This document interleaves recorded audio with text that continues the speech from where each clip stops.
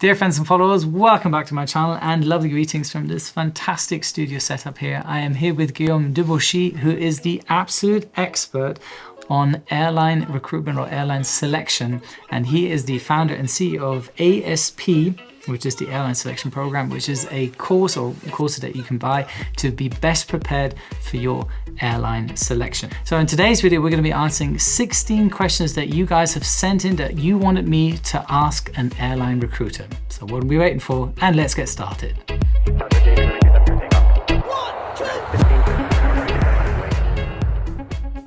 Okay, Guillaume, the first one would be, do you believe flight students who have invested in a type rating have an advantage over ones that haven't? Oh, yeah, what a good question. They have a definite advantage. Okay. I would say that if you have the money or you can collect the money to go for a type rating, that you should not hesitate and you should go for that type rating. It will set you apart like nothing else. Now, the next question is going to be, what if I don't have 500 hours on type, which many are asking? Well, many are not asking for 500 hours on type. The more major airlines recruit, the more low-cost airlines lose their pilots, the more they'll recruit from the smaller airlines. Those small airlines don't have training facilities that enable them to do type ratings easily. Therefore, if you have a type rating, your ability to enter those airlines and start your flying career is much higher. Okay. It will reduce your time to get into an airline so much that if you don't do it, you could be waiting for a year or two. You could be waiting too long. More time than you have patience of, more time than you have for the market to actually, the market could actually change. So you can't afford it. So really, if you have the money, yes, go for a type rating. You will recuperate that money very quickly. Very quickly. Good. Very good. Second question. How much does your knowledge of the history of the airline matter during the assessment? It matters quite a lot because it is the minimum requirement of respect to that airline to have studied their history. Okay. Now, are they going to ask you questions about what happened with their airline in 1933, in 1962? Probably not. But the fact that you know a lot about them shows respect. And it also gives you comfort that you've done your homework. You know, in life, we don't have an obligation of a result. We have an obligation of means. You are obligated to succeed, to have done everything you could. Okay. So why would you save on studying the airline's history? Very true. Good. How long do you recommend to prepare prior to the assessment? Okay. So to give you an idea, I prepared for my Air France assessment for a year. For my British Airways assessment, a bit more than 6 months. Okay. Okay. And I often say you've probably been preparing since you were a child, if you've always dreamt to be an airline pilot. But the question is, how long before you should train specifically? Now, psychometrics will take you 3 months before you get good. Yeah. And studying, getting interested about this airline, that's the process that should take about a year. Reading press articles, collecting information, maybe buying a share, going to the shareholders meeting if you can, if it's not too far from where you live. All of this is a mental preparation that sets you up for success. And then the final run is about 3 to 6 months. Good. Yeah. All right, perfect. What do you believe is the most difficult part of the assessment? Is it the one-on-one exercise, the group exercise, the psychologist interview, or the sim screening?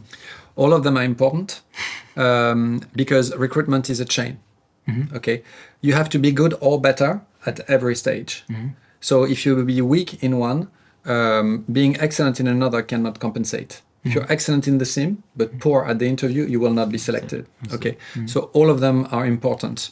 At some airlines, for instance, the group interview does not really disqualify you. At some other airlines, it does. At some airlines, it's literally an elimination stage and you don't go past. At some airlines, it's taken into account in the matrix with in the grading matrix with a very high ponderation. The thing is, you don't really know. So you need to be good at everything. You don't need to be excellent. You need to be good at everything. Okay. Good or better. What are absolute no-gos in an interview? Okay, absolute no-gos. Well, I hope nobody ever gets into this situation, but a no-go could be, so I'm going to relate my own experience. So during the group exercise, losing your cool is a no-go, and I've seen it happen. Okay. And I've seen that same candidate then get into the one-to-one interview and then criticize the other candidate in a way that you go like, oh my God, did you just hear this word? Yeah. You know, this is obviously a no-go. Okay. We expect that people will keep their cool, right? In the same vein, expressing a form of frustration at the questions we are asking. You know? Okay. You should always be go-minded. Happy to be there as much as possible. Happy to show them who you are. Yeah. We don't like people who get too reserved and we feel like there's this armor that we're trying to get around to find out what there is. The thing is, we've got a personality questionnaire in 1 hour. If within this 1 hour we can't find out what we need, unfortunately, it won't work. Okay?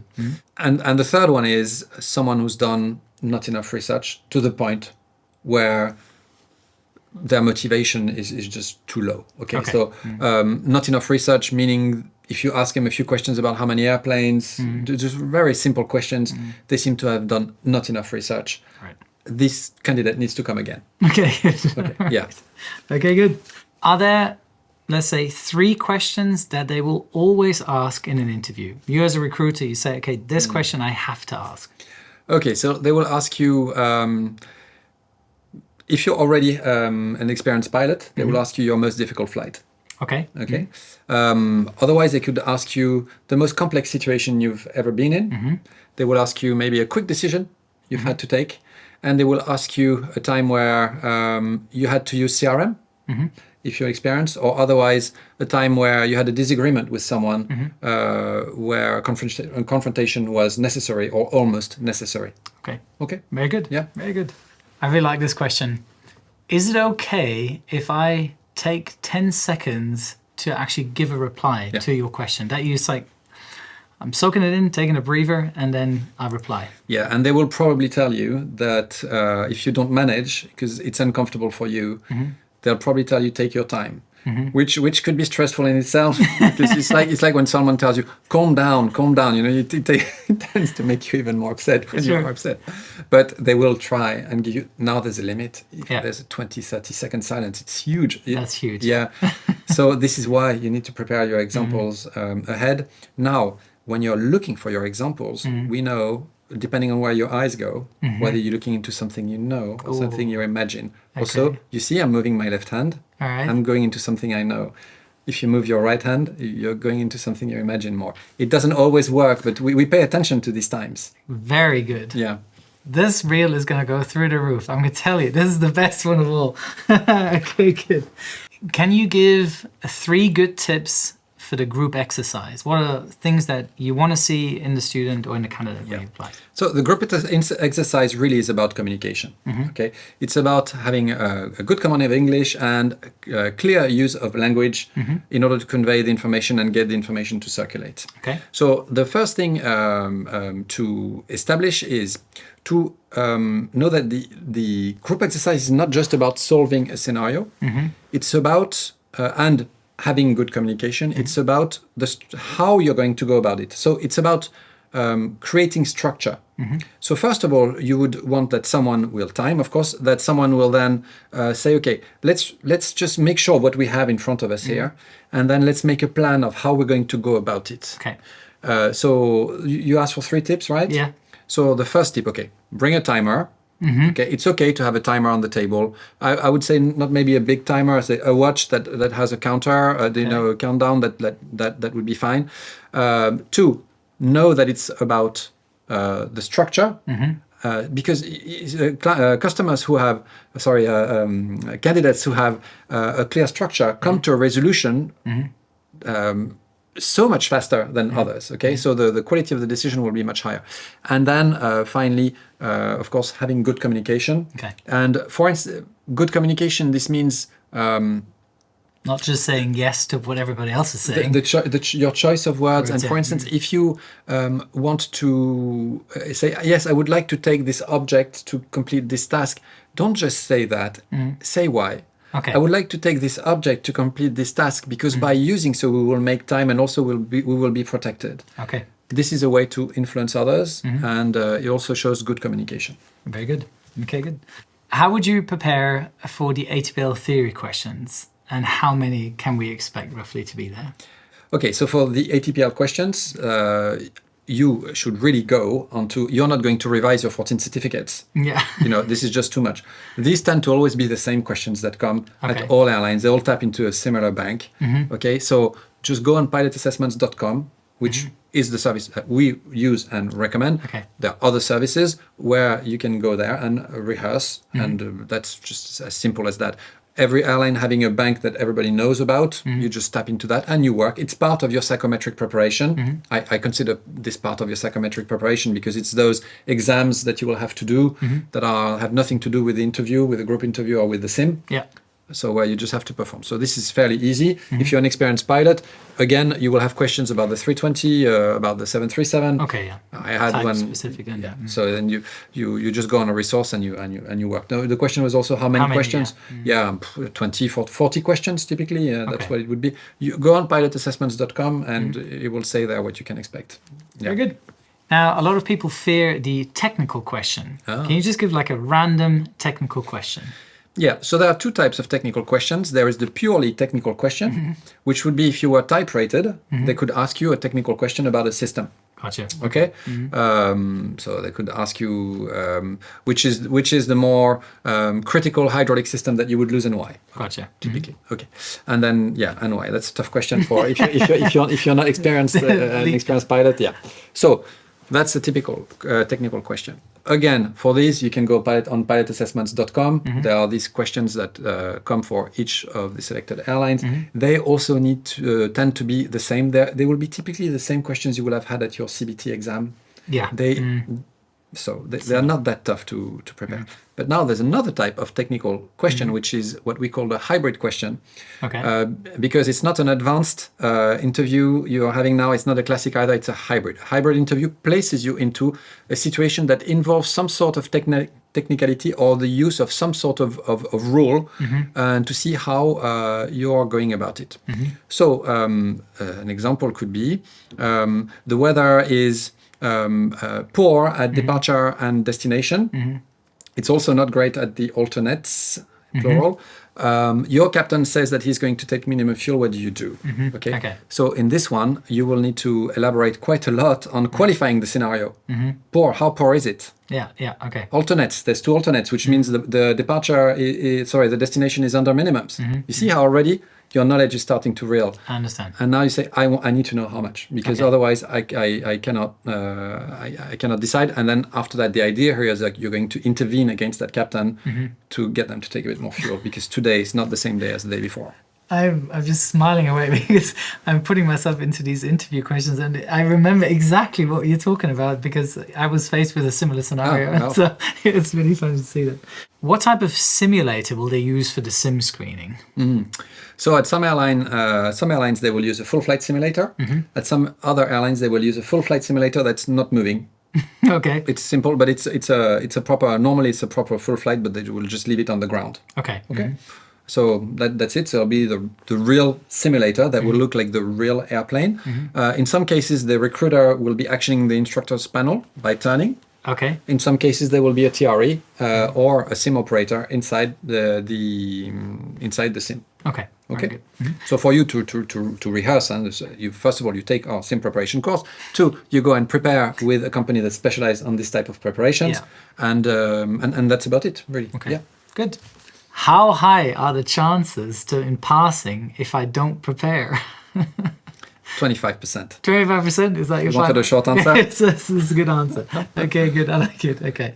A question I get a lot from students is sometimes I have to come up with a lie just to make myself look better regarding the question that was asked. Do you recommend that, yes or no? Don't do that. Okay, good. Okay, you need to prepare your interview. You need to tap into your memory, tap into your life experience. It will not be done overnight. It will take time. Get good examples to the recruiter that reassure them. Don't bring them risk. Don't lie. Okay. It's not the right thing to do. You will feel like an imposter, and it won't work in your favor. And I think it's also that you'll have terrible regrets if that was the cause for your failure, that you've lied. So yeah, we do not recommend you to do that. No. Okay. Now, speaking of the one-on-one scenario or interview, now this is a very confrontational scenario situation. Do I always need to come out on top as the interviewee or as the candidate? So do you mean come out on top towards the recruiter, be better than the recruiter? No, yeah. Or in the examples they ask, let's say, if they're asking for you, if you've been in an argument, correct. They want win you to the argument. So win the argument. No. And I'm glad you're asking this question, actually. In the 9 ICAO competencies, there is one very important one, which is called leadership and teamwork. It's not leadership and separately teamwork. So what we're looking for in a leader is someone who can influence. What does it mean? It means if I think I am right, I'm going to try to get my point across and win this argument. Teamwork is more about following. Well, it's also about communication and various things, but in the frame of this example, in this case, it's about following. Even though I don't fully agree, I'm going to follow your lead. Understood. Because what you're doing is safe. It's, as I call it, above the line. And we're going to preserve this CRM. So the recruiters will need to see signs of you being able to lead and being able to follow. And if you appear in the personality questionnaire to be not leader enough, they will ask you questions of times you actually won the argument. And if you appear to be too dominant, they will ask you questions of times you followed. Okay, understood. Very good. As a recruiter, are they looking for something different between a younger student, a young cadet, and an older pilot? Yeah, thank you for asking this question. It's relevant because these days we have 40-year-olds applying as ab initios, you know, because age discrimination is not allowed anymore, right? And the answer is yes. We want to be impressed. And what impresses in a young person is their maturity. Understood. And what will impress in an older person is their humility. Nice. Often an older person who's had already successes in their career will define themselves by that and forget to be humble. They think they bring something and forget that they're actually a complete beginner. They should explain that they are aware that they're here to learn and have the attitude of, please teach me. Okay, very good. Very good. Appearance towards a recruiter. In terms of like clothing, I get people telling me they get nervous. Shall I wear a red tie? Shall I wear a blue one? The ones showing more dominance, the other ones. I mean, do you care about these things? Yeah, so it is important. Okay, so you should look like your recruiter matters to you and that you've done your best to look nice and fresh in every possible way. That you've polished your shoes. Actually, at British Airways, it was important entering the sim to polish your shoes. It was, and British Airways was not strict in many things, but there were a few things that they liked, for instance. So of course, going for your recruitment, you know, you need to look really nice and polished. For a guy, that's often quite easy. For a girl, as well, just have something that resembles a uniform without stripes. And for a girl, don't have something too flashy. Okay, just look very strict because you want to look very professional. Okay. I've had the chance to observe an actual airline interview not too long ago, where the recruiters were very keen on that. And they spotted a little bracelet and were not impressed. Just this little detail. Yes, it matters. It does matter. Okay. So that was the last question for today. I hope you really enjoyed this interview with Guillaume. Guillaume is an absolute expert when it comes to airline assessments. I please want you to check out the link below.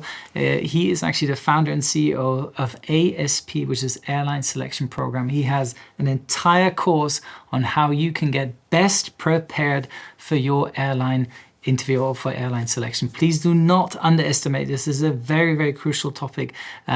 Please, don't go there unprepared. Use his tools and all the information you got out of this video today and prepare the best you can for this very often, even once in a lifetime opportunity to go to the airline you want to go to. Any more final words to go? No, I'd like to really thank you for the opportunity. It's nice to speak to you, to be with you and to speak to your audience. And I hope the tips were valuable to them. Thank you. Great. And on that bombshell, here's your checklist today. Subscribe to my channel. Check. Activate the notification bell. Check. Follow my Instagram account. Check. Perform a touch and go at Guillaume's website. Check. The link is in the description box below. And as I always like to say, a good pilot is always learning and good candidates come well prepared for their airline selection. Wishing you all the best. Your Captain Joe.